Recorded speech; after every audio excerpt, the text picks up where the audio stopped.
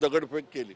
बातमी आता नितेश राणे यांच्या वक्तव्याची आहे। काँग्रेस हा हिंदू द्वेषी पक्ष असं नितेश राणे म्हणतायत। तुलना करण्याआधी हर्षवर्धन सपकाळ यांनी टिपू सुलतानचा इतिहास वाचला आहे का, असा सवाल देखील राणेंनी उपस्थित केलाय। काँग्रेसकडून तुष्टीकरणाचे राजकारण सुरू। नितेश राणेंची काँग्रेस प्रदेश अध्यक्ष हर्षवर्धन सपकाळ यांच्यावर ही टीका आहे।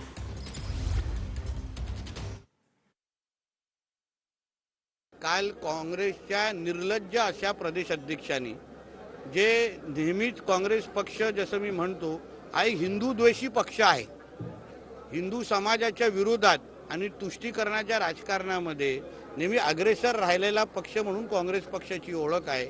आणि त्यांच्या प्रदेश अध्यक्षांनी आमच्या छत्रपती शिवाजी महाराजांची तुलना एका हिंदू द्वेषी टिप्याशी केलेला आहे। आणि त्यांची तुलना ज्या टिप्याशी हे लोक करतायत त्या टिप्याचा इतिहास या सकपाळनी वाचला आहे का,